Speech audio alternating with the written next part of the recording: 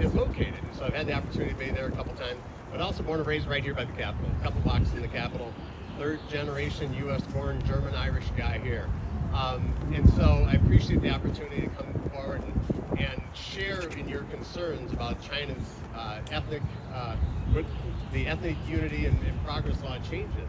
To be attacked and assaulted in your homeland, and all of the culture, the language and religion and the human rights within your own country shouldn't be tolerated, and it's good you're standing up for those rights.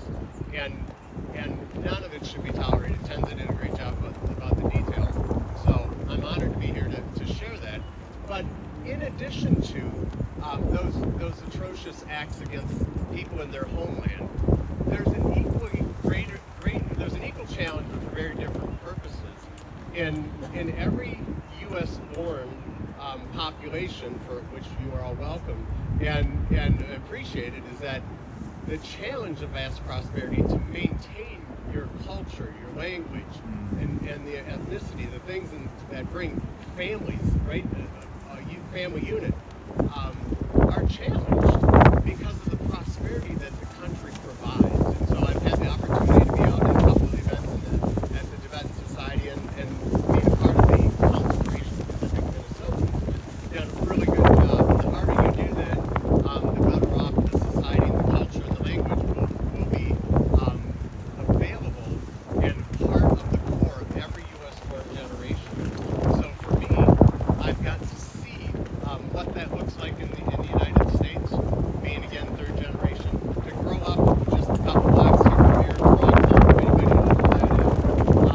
But it was the largest refugee migration to the center of the United States, and so I got to see that. And I was 10 years old in 1974, and to see what immigration actually looks like, and the phases and the impact on the culture, for which some look and say it could be erased, but it's a different purpose or a different outcome of the prosperity for which is provided for every U.S. born generation. And so we hear from Long and everybody that sometimes the language can disappear in the first U.S. born generation.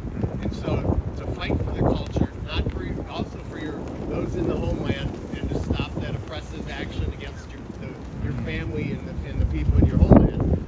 But on the other side, continue to honor and cherish and gather to preserve the culture and the language that you have, because the outcomes will be different based on each U.S. born generation. And so to see it, I take it with great value, and how it allows me to serve as a senator in the state of Minnesota here, to understand and experience what that immigration process looks like.